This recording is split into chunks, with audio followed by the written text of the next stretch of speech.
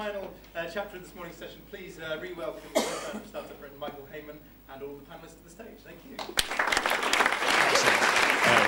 Great.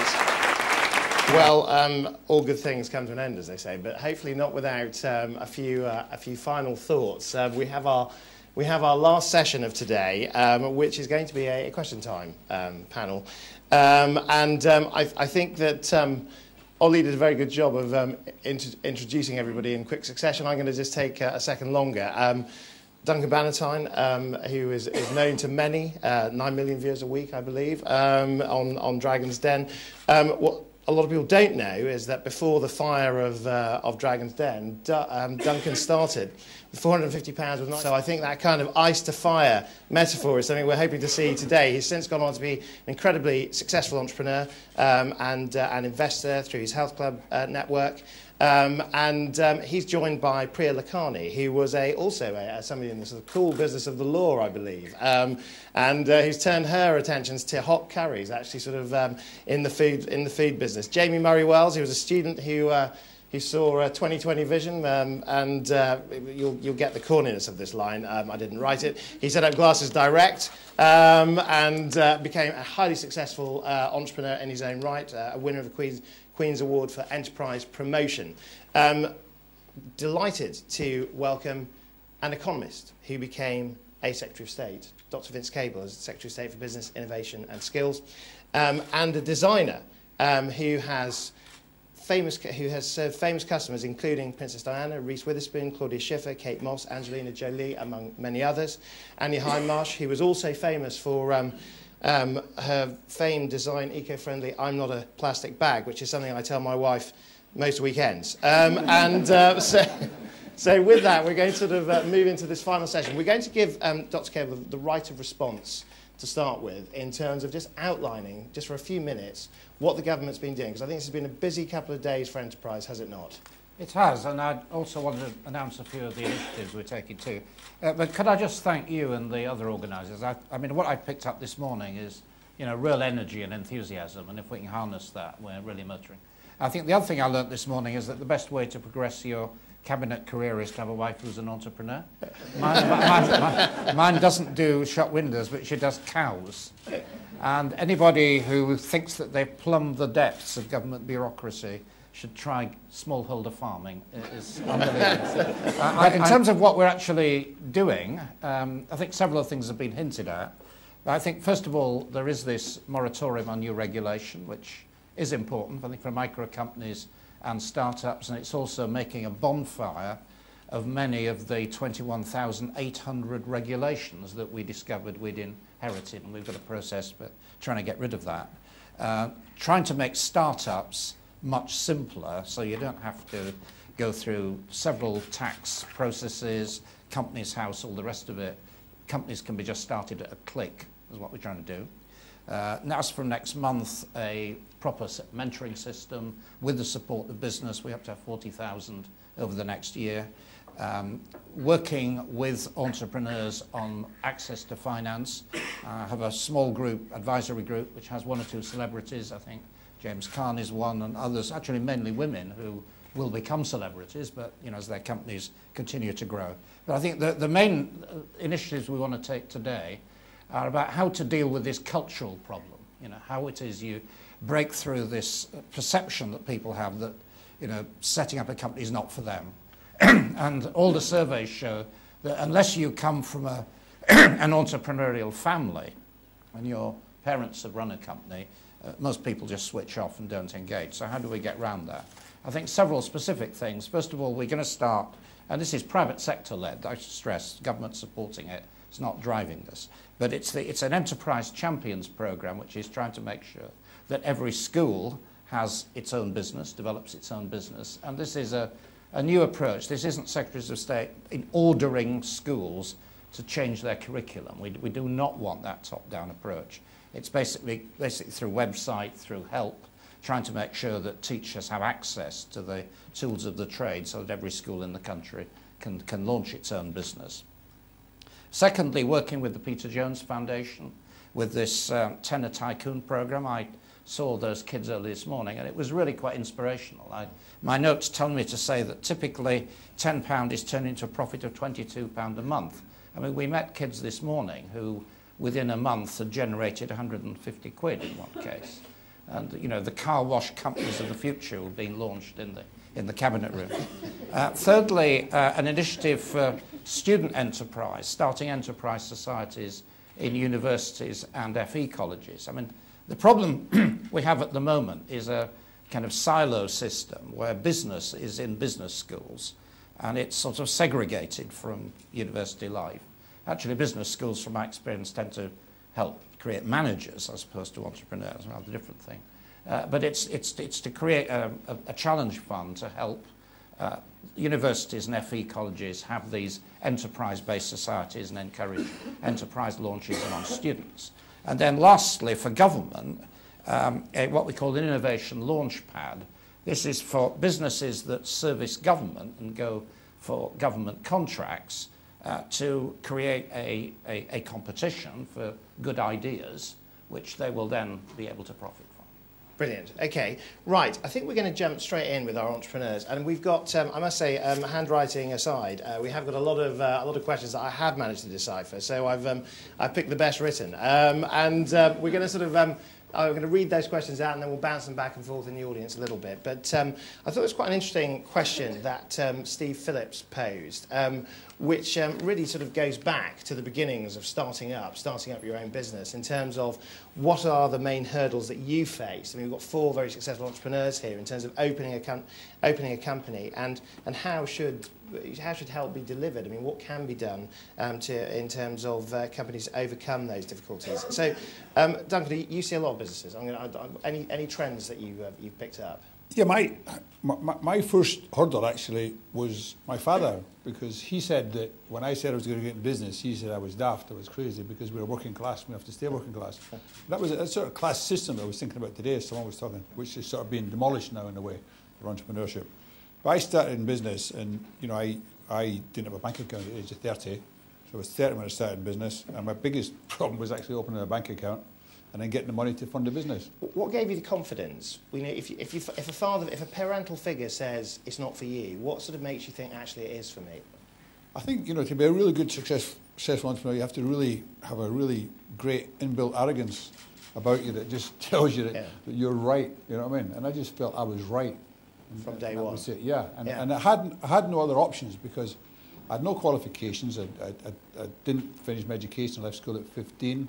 I had no references, so it was either starting a business or work, I don't know, at a supermarket. Was it easier than you thought? I mean, was the barrier, what happened when you got going? Yeah, what I found was that I really enjoyed it so much, and then I realised how easy it is. And people talk today about how lonely it is in business. Even when you're successful and you're doing great, it's still lonely, because you think, why am I doing this? Why is there must be something wrong? You know, I mean, there's going to be something around the corner that's going to destroy me. But you just go in, it's just great. Sure, Pri, you jacked in a pretty good job, didn't you? You were a lawyer. What got you involved? Yeah, I mean, I was a barrister, and I had a similar issue to Duncan. My father was actually an entrepreneur as well, and but he's quite a strict Asian and didn't want his daughter becoming an entrepreneur. He wanted me to stay as a barrister. But I just felt like I had a really great idea, spotted a gap in the market, and I guess I was unstoppable. I was really, really driven, and that's what I find with entrepreneurs, young entrepreneurs in this country. They're often so driven. You know, I receive emails every week from people saying, I want to start a business, and what they're talking about and their ideas are absolutely amazing. What really helped me was that I finished my job in August and I launched my company. My products actually were there on the shelf in 6 weeks, and it's because I didn't know how to start a food company. I had no idea what I was doing because I was a libel lawyer. But I called a soya milk company because they weren't competitive. You know, I was going to compete with them. And I called a couple of other companies, like a margarine company, and said, what was was there a tipping point there? I'm trying to sort of work out whether there's a theme in terms of somebody just says, right. So I know for me there was a moment, an actual sort of embedded in my mind of, right, I'm going to go for it. I mean, was it that dramatic, or was it more of a kind of process of discovery? I think it was, I always knew I wanted to do it, but no, there was a certain moment where I just had to have the courage to do it, and it's because other businesses helped me, and they said, we will help you with information. because people in this country are really, really helpful with information. Okay, So that was it. I'm going to ask for other views and opinions on this in a minute, but I'm going to ask Jamie to come in first so people can have a think about comments they'd like to make. Jamie, you did this while you were supposed to be revising, didn't you? Yeah, I did. I think that for me there were kind of two issues that I found. First was at a critically important time for the business was actually raising capital, because that would be kind of make or break as to whether I could get the business, you know, for cash flow reasons and growth reasons to actually take off. And some of the Chancellor's improvements to EIS, you know, will certainly have helped, or, you know, or would have helped then to tip those people in terms of their decision making about whether to invest in, say, small business like Glasses Direct, or whether to invest in property or something else. So I think the more we can do to encourage first-time angels is something that's certainly close to my heart.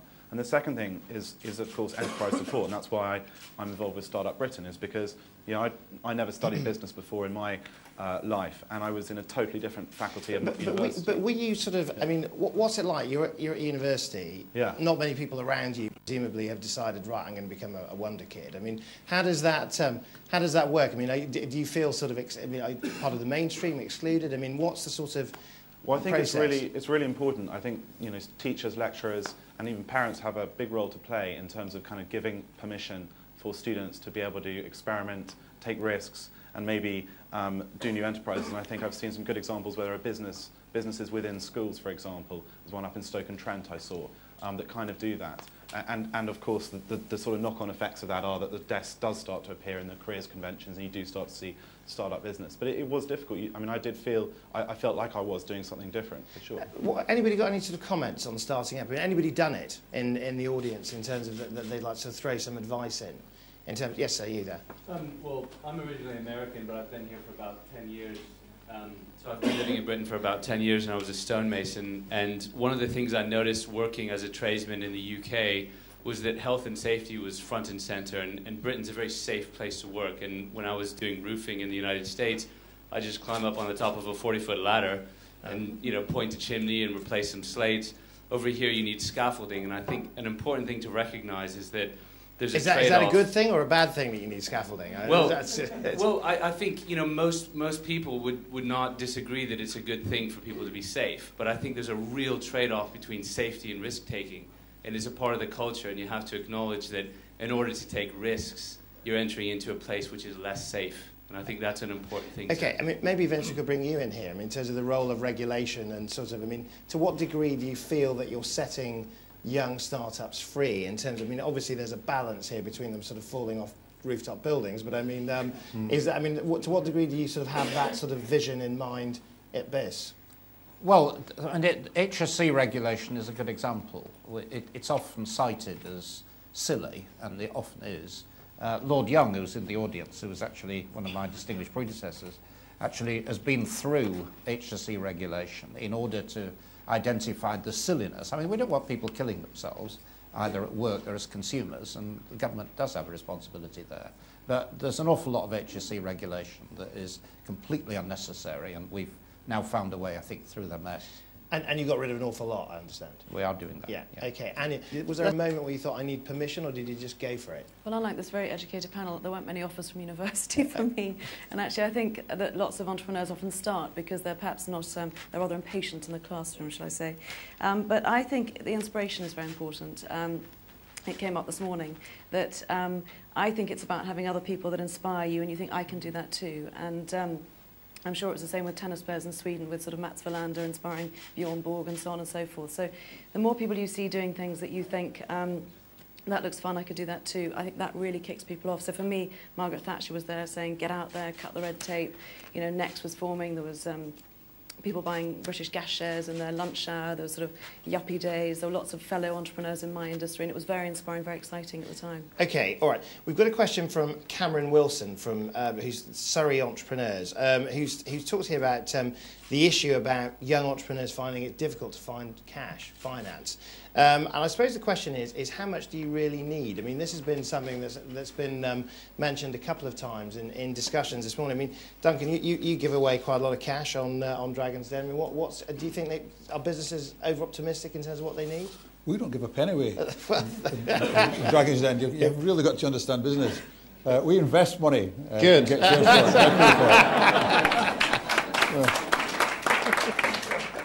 it. Do they Sorry. return? Do you get returns on investment? Good Yes, you get returns, of course you do. And you know, when you're in the startup business investment, you know, half the businesses don't survive. Yeah. And the ones that do survive are the ones you have to get the returns on, and you get some great returns. You know, I invested in a great company, it's not worldwide, it's a children's stage school, for example. So you've got to take the failures with the good ones. Yeah. And it's hard sometimes to go back and think, just, oh, why did that fail? Mm-hmm.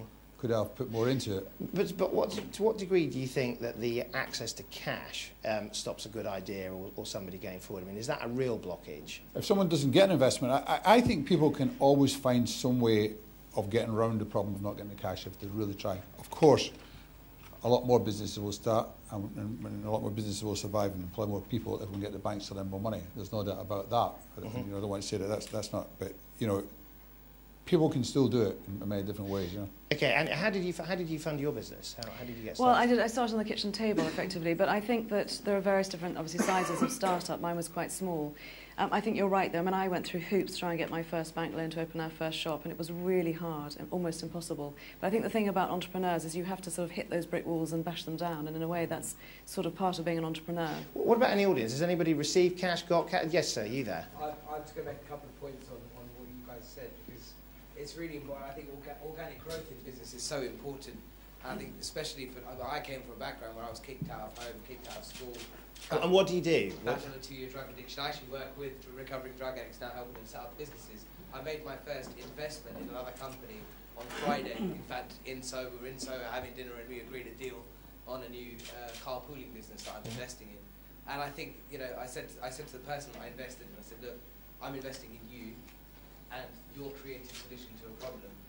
Because that was, I think, what you said, Pretty, and that was really a great point that you made, is you spot this gap in the market and you went and just did it. And it's like having that conviction when you have that.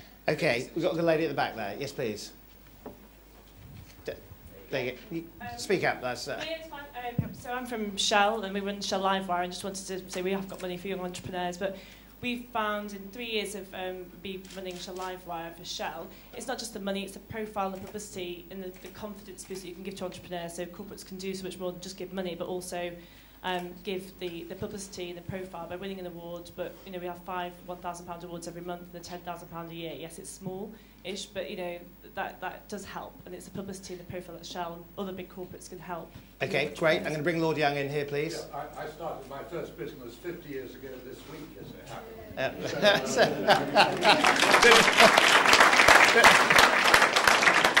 I'm still learning, but the one thing I do know, you want to ruin a startup business, give it too much money. That you, in fact, you can lose money by having too little, but you lose more by having too much. So what you really need is the right balance. Brilliant. Okay, Priya, did you get too much money? I needed £25,000 to start my business because they are products that have to go on a shelf and you have certain minimum orders. I can't order 5 products to go to a show to launch my company. I needed. Did you spend it all? Did you I spent £22,500. My husband was very proud of me saying over that. I saved a bit of money, but lack of funding is really an issue. So I do welcome the initiatives, you know, paid by the budget, which will open opportunities for funding. But it's about growth as well, because it's not just a startup seed funding. So you can have a business like mine, but how do I become a national brand? How do I become known by people who want to go into a supermarket and buy this new product that didn't exist before? So you need to constantly have access to, things like StartUp Britain, where you can find people, you can find investors, and find more money to grow your brand, to market your product. Vince, what's your take on the cash issue? I mean, presumably you're seeing startups all over the country. I mean, what are some of the observations you would... Well, I think good things are happening on equity capital, which is what you've been talking about with angels and EIS. There is a still big problem, as Duncan's implied, with the banks and lending, credit, whether it's working capital or fixed capital. And we've negotiated this agreement to get more out of them, but it's still very expensive, and the banks are completely fixated on how to build up their reserve capital rather than supporting a growing business. We've got to continue working on. What about the issue of tax for startups? I mean, do you find that startups have a view about how much tax they're paying in terms of the burden that the state puts on them? Well, I think George Osborne answered that in significant part. You know, the entrepreneur's allowance for CGT, I think, is quite a big signal that we value them getting a return at the end of their investment. Okay, right, Jamie, starting up, how much investment did you need? Well, I used the last instalment of my student loan. It was really what my student loan could bear. So I'm in favour of starting as small as possible. I think you can spend a lot of money starting a business, and I think you can spend a very small amount of money starting a business. And I think that it is possible. I mean, Make Your Mark with a Tenner is a great example of that. Yeah, great. Okay, we're going to wrap up in a minute for lunch. I just want to sort of bring in a last question, which is about, we've probably got half a dozen saying the same things, which is that obviously Startup Britain is a startup in its own right. We've got sort of a panel of great experts. We'd like to take some advice from them in terms of what comes next and how this moves forward. Jamie, you are a co-founder of Startup Britain, so we'll start with you. Sure, and I think what made the Startup Britain approach different, and why I think it's so special in a way, is because we knew what we didn't want to do, and we were very clear and specific about that. And I think what we wanted to do was look bit by bit at what functions of enterprise promotion and support are delivered by government, and try to see whether the private sector could, in some ways, maybe shoulder some of that responsibility, and in doing so, over time, perhaps reduce the cost to the taxpayer. And so our way of thinking, I think, is best described as trying to open source those solutions instead of do them ourselves. So if you look at Startup Britain at the moment, you see the enterprise promotion piece. You see that, making startup issues at the top of the agenda through media and campaigns. But you also see the web piece and the support piece. And I think, if you look at our site today, what you'll see is 230 great links, deep links to deep content on the web that we've picked out and edited that we think can help you and your businesses. And you also see, obviously, the great 60 or so offers. In the future, I'd like to see things like marketplaces for discovering mentors, marketplaces for maybe discovering or offering masterclasses, maybe an iTunes-like database of all the content and support that's out there already. And obviously, in all of these examples, you'll notice that we're not trying to do these things ourselves. Great. Annie, some final thoughts, perhaps? The two most important things for me are the inspiration, the fact it inspires people and communicates the fact that it's really fun having your own business, and truly it is the best fun ever. Scary but fun. But also I think the mentoring for me is the other really key thing. For me, it's not so much about the office, fantastic, but actually it's about the mentoring as well. Duncan?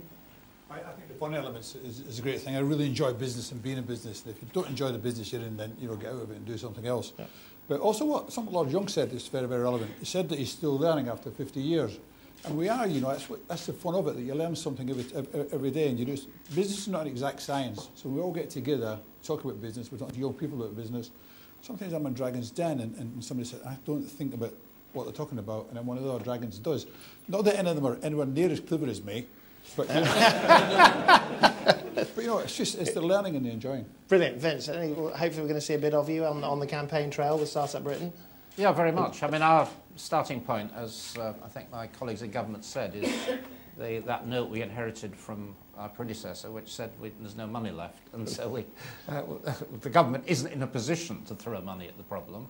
That's why the private sector is leading and has got to lead. We'll be there, we'll support it, but we certainly don't want to dominate or crush entrepreneurial initiative. We need it. Brilliant. And Priya, final word for you. I would just say the information's on Startup Britain, mentors, you've got all the resources that you need, and I just want to say to people that start now. There's no excuse not to, really. This is what I needed a couple of years ago. I spent so much time researching myself, and I just think it's absolutely brilliant. Absolutely. Do you know something I've got to say is that for the first time since co-founding a business 18 months ago, and I looked at all of this lot finally last night, I just thought, I wish I was starting again. So there's a positive, maybe not, but there's a positive message in that respect. Listen, ladies and gentlemen.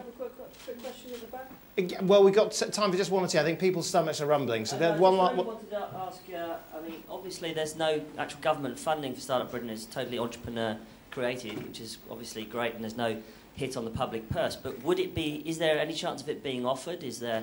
I mean, is it totally a private sector enterprise, and is it a cooperative, a charity? How is it actually structured as a company? Yes. So Startup Britain is a not-for-profit organisation. We see ourselves as a bridge between the private and public sector in terms of working very closely with government. But what we have come together as is the belief that the private sector has some answers to give in this space, and the ability to actually bring a lot of organisations together in a way very much as Jamie was saying, to actually deliver something special and unique. It's not the complete answer, but it's an important first step in answering the bigger issue in terms of how do you get more startups being more successful. And I think that's a pretty good advertising plug for StartUp Britain. ladies and gentlemen, thank you very much. I can show your appreciation for Dr. Vince Cable, Duncan Bannatyne, Jamie Murray-Wells, Priya Lakhani, and Hayman. Thank you very much. Cheers.